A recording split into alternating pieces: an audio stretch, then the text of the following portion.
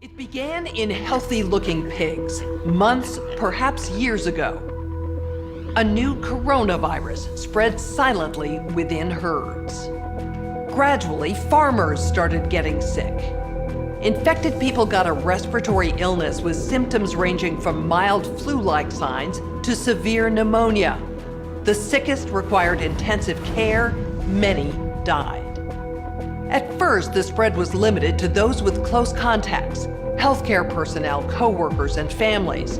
But now it's spreading rapidly throughout local communities.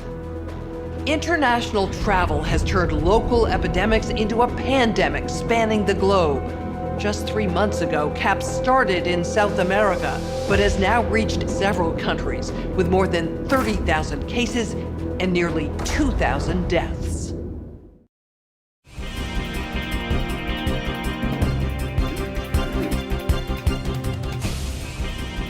Continuing our coverage of the newly discovered CAPS disease and the scope of its deadly outbreaks, there are now more than 30,000 reported cases.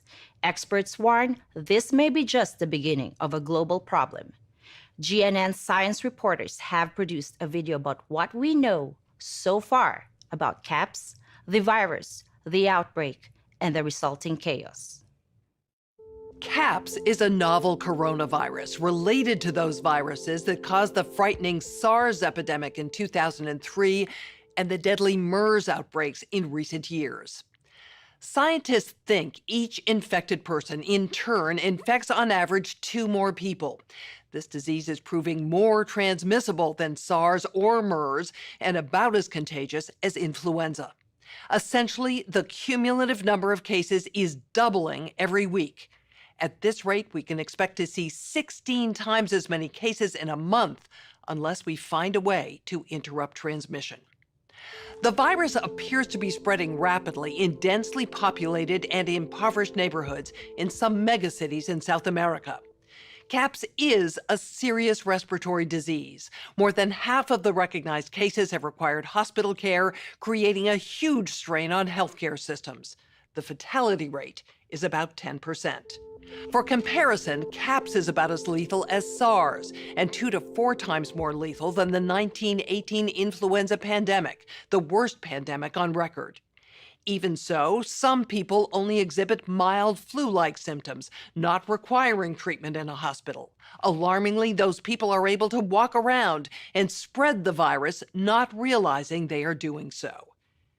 Even worse, international travelers have been arriving at their destinations symptom-free, but within a matter of hours, becoming ill.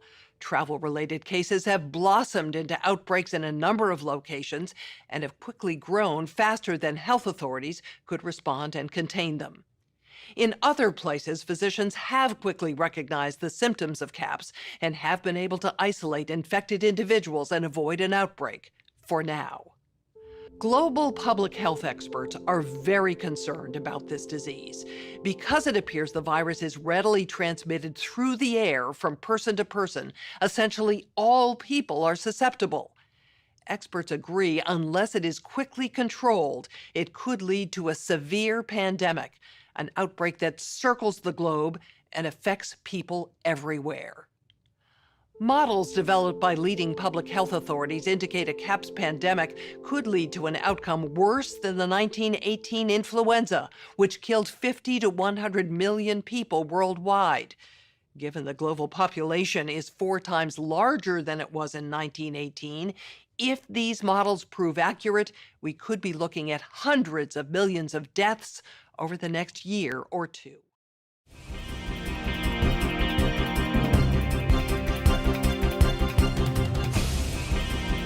Continuing our CAPS disease coverage and possible solutions, I'm joined by immunologist Dr. Yabani Bello and Dr. Rhea Blakey, an epidemiologist, both highly respected in their fields. Let's get right to it. Why are people saying a vaccine for the CAPS virus is not likely in the near term? Researchers are working on a vaccine, and we have viable leads, but it's complicated. We have known about CAPS-like viruses in animals and people for decades, but have not been successful at developing a licensed vaccine. And sure, there are new technologies that may help, but it's going to be difficult. I am not optimistic about having a vaccine in time to be relevant during this pandemic. Even if we discover a good vaccine candidate, we're starting from scratch, and it takes time to test safety and efficacy, typically years. So even if testing moves quickly, global manufacturing will still need to be established. Again, multiple hurdles. We simply cannot rely on these old timelines and processes. This is a crisis. We have to move beyond these issues. It may be complicated, difficult, but if we dedicate all available resources, this can happen. Also, keep in mind, we need effective treatments sooner rather than later. Extranavir is an antiviral drug. Scientists have told me this could be effective. We need to start treating people immediately. While I agree Extranavir does look promising, it's currently used for treating HIV. However, it's not manufactured on the scale needed for treating this many people. And will we just stop using it for HIV treatment? How will we get this drug in the quantities needed? Who decides who has priority for the limited amounts we do have? We both know countries are hoarding Extranavir. Doctor, in my opinion, you are lost in the details. With enough money and political will, anything is possible. Let's get going on this now. Thank you both for this extremely important discussion. Our U.S. affiliate has just released polling results on public expectations for a vaccine. A majority of Americans expect a vaccine to be available within 2 months, and 65% of those polled are eager to take the vaccine, even if it's experimental. In related news, a significant demand for personal protective equipment like N95 masks and gloves are on the rise due to the pandemic. However, globally, hospitals are running low. Additionally, other critical medical supplies such as saline and antibiotics are dwindling. Countries and companies are reportedly stockpiling supplies, disrupting healthcare supply chains, causing dangerous shortages in many parts of the world.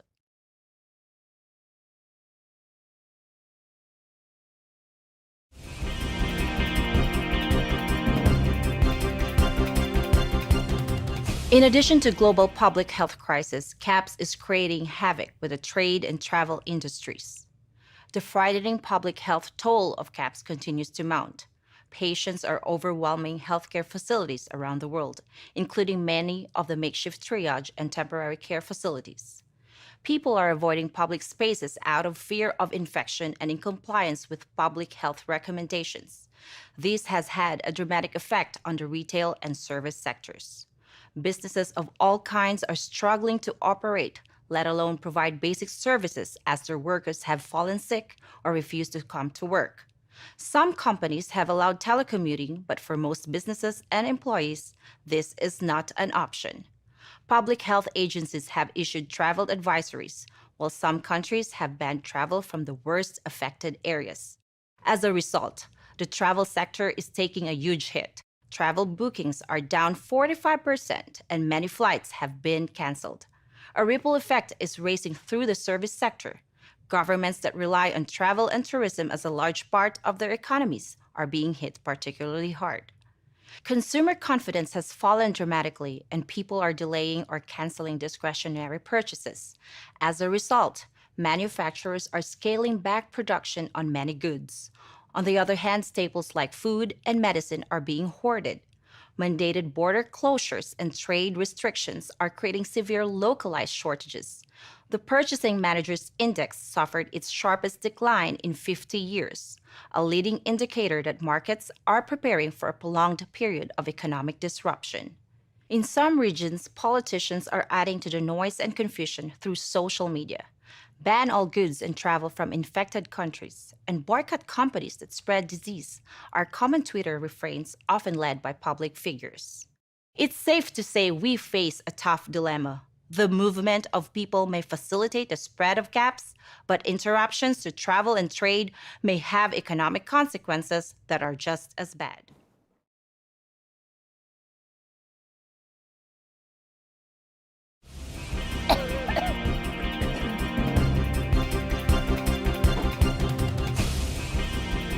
The response to the CAPS pandemic is now the most expensive international emergency ever. Political leaders around the globe are faced with many impossible dilemmas, including financial. We have two guests today to discuss the bottom line of catastrophic response. First up is economist Dave Gamble. Are we out of money? The best way to answer that is no, we are not out of money. Yet. But the fact is we are trending in a dangerous direction and something needs to change. You have been quite vocal about that and generated some controversy along the way. Well, look, you know me. I try to avoid controversy.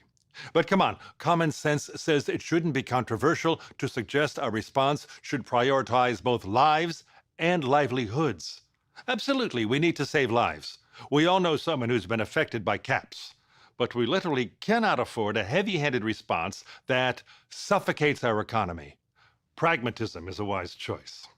I mean, what exactly are the risks and benefits of slowing air travel, of staying home from work, closing schools, disrupting supply chains, interfering with our reliable channels of communication and news? Sure, some of these steps can help slow caps, but often only marginally and with serious costs. When this is all over, some families, some cities will have suffered more from our interventions than from caps. No question, there is a lot of suffering. Let me welcome Dr. Juan Perez to this discussion. Is Dr. Gamble wrong? Actually, in a way, we agree. Responders, whether international organizations, governments, or even employers and families, each are weighing risks and benefits. And there is not a one-size-fits-all approach, as there are different appetites for risk. What I will say, in my mind, our response should aim to protect every life we can. Of course it should be. But let's be frank, letting the global economy slow to a halt puts lives at risk. Yes, but there does need to be a balance. Okay, you both agree balance is paramount. Theoretically, that's an easy choice. But leaders are now faced with very real and very tough decisions. Just last week, traditional sources for emergency funding had exceeded their limits. As new mechanisms are being discussed, there is consideration as whether funds should primarily support health emergency response or prop up economies. Precisely. And we do need these funds sooner rather than later. Funding shortfalls are putting lives at risk and extending this devastating crisis. Again, we seem to agree. We cannot shortchange the health response, but I suspect we disagree when I suggest that some of these funds are best used to save jobs and critical industries. National leaders certainly have this on top of their minds during the ongoing debates. Look, I am not an economist or a politician for that matter, but as a physician, I am comfortable saying that our health response to caps cannot afford to wait for an incredibly complex debate about what sounds to me like history's most expensive economic bailout. Thank you both, and we will be watching and listening for the outcome of these vital discussions. And certainly, the market is eagerly watching for any signs of hope.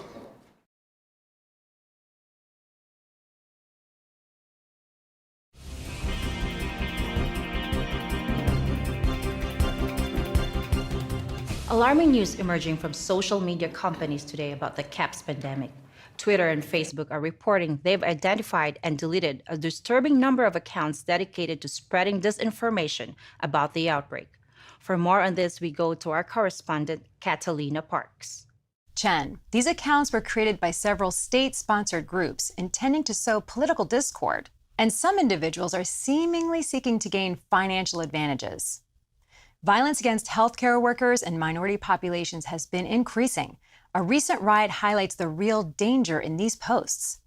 Countries are reacting in different ways as to how best to manage the overwhelming amounts of dis and misinformation circulating over the internet. In some cases, limited internet shutdowns are being implemented to quell panic. Thank you, Catalina. For more on this, we are joined by experts on crisis communications and social media, Kevin McAleese and Sarah Lee. To me, it is clear countries need to make strong efforts to manage both mis- and disinformation. We know social media companies are working around the clock to combat these disinformation campaigns. The task of identifying every bad actor is immense. And experts agree that new disinformation campaigns are being generated every day. This is a huge problem that's going to keep us from ending the pandemic and might even lead to the fall of governments, as we saw in the Arab Spring. If the solution means controlling and reducing access to information, I think it's the right choice.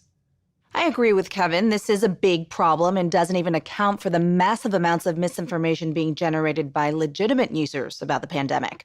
But it's not just trolls who are spreading the fake news. It's often political leaders themselves. Who's to judge what's real or not? Would we trust every government to separate truth from lies? I think this is more than just keeping the bad information out. It's also about making sure real public health information reaches the public. News is found from outlets other than social media. News organisations, public health groups and companies need to help people take the right actions to protect themselves by promoting accurate, real information about the outbreak. The outcome of the CAPS pandemic in Event 201 was catastrophic. 65 million people died in the first 18 months. The outbreak was small at first and initially seemed controllable, but then it started spreading in densely crowded and impoverished neighborhoods of megacities. From that point on, the spread of the disease was explosive. Within 6 months, cases were occurring in nearly every country. At first, wealthy countries with advanced healthcare and public health systems were primarily able to limit the spread of the disease within their borders. As systems became overwhelmed, however, no countries were able to control its spread. And the disease affected people of all socioeconomic status, from the very poor to the extremely rich, from sanitation workers to CEOs and national leaders. The economic consequences were dramatic. The high death toll and even greater numbers of sick hurt productivity in many industries. Manufacturers were having trouble filling orders, and countless companies in the service sector simply shut down. The global economy was in a free fall. The GDP down 11%. Stock markets around the world plummeted between 20 and 40% and headed into a downward cycle of fear and low expectation. Businesses were not borrowing, banks were not lending. Everyone was just hoping to hunker down and weather the storm. While nearly all businesses were affected, certain sectors were especially hard hit. Travel, finance, service, manufacturing, healthcare, and insurance among them, with some major companies going bankrupt. And there were seismic societal consequences as well. The world saw large-scale protests and in some places riots. People were angry about the lack of access to healthcare and medicine, as well as government's inability to protect them from the disease. This led to violent crackdowns in some countries and even martial law. Political upheaval became the rule across the globe. The public lost trust in their respective administrations. Several governments fell, while others were desperately striving to hold on to power. This spurred further crackdowns. Attempts to control media messaging, originally aimed only at health-related misinformation, became used increasingly to quash political dissent. Economists say the economic turmoil caused by such a pandemic will last for years, perhaps a decade. The societal impacts, the loss of faith in government, the distrust of news, and the breakdown of social cohesion could last even longer. We have to ask, did this need to be so bad? Are there things we could have done in the 5 to 10 years leading up to the pandemic that would have lessened the catastrophic consequences? We believe the answer is yes. So, are we as a global community now finally ready to do the hard work needed to prepare for the next pandemic?